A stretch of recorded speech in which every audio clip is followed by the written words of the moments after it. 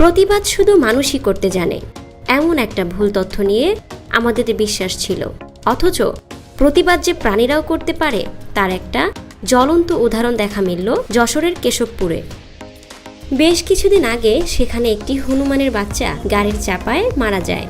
এতে সেখানকার সমস্ত হনুমান প্রতিবাদ স্বরূপ কেশবপুরের থানা ঘেরাও করে এবং মা হনুমানটি মৃত হনুমানের বাচ্চাটিকে নিয়ে বসে থাকে থানার গেটে।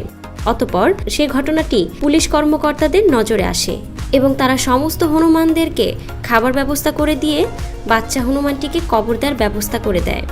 এতে ক্ষিপ্ত হনুমানরা শান্ত হয়। এমনিতেই চারপাশের গাছপালা কেটে ফেলায় হনুমানগুলো মানুষের বাসাবাড়িতে হান্না দিতে থাকে। এক পর্যায়ে মানুষ একটি হনুমানকে পিটিয়ে আহত করে। এর ফলে হনুমানগুলো ক্ষিপ্ত হয়ে ওই ব্যক্তির বাড়িতে হানা দেয় এবং তার বাড়ির গাছপালা, টিনের চাল ও অন্যান্য প্রয়োজনীয় জিনিসপত্র ভাঙচুর করে। অতঃপর থানার লোকজন এসে হনুমানগুলোদের খাবার দিয়ে শান্ত করে। এইরকম বেশ কিছু ঘটনা ঘটে যা মানুষকে অবাক করে দেয়, কারণ বর্তমানে মানুষ মানুষের জন্য এগিয়ে আসে না। মানুষ যেন প্রতিবাদ করাটা ভুলেই গেছে। অথচ এই হনুমান খ্যাত প্রাণীগুলো ঠিকই নিজেদের গোত্রের জন্য এগিয়ে এসেছে এবং প্রতিবাদও জানিয়েছিল দল বেঁধে, যা মানুষের জন্য খুবই অপমানজনক। এ থেকেই আমাদের অনেক কিছু শেখার আছে।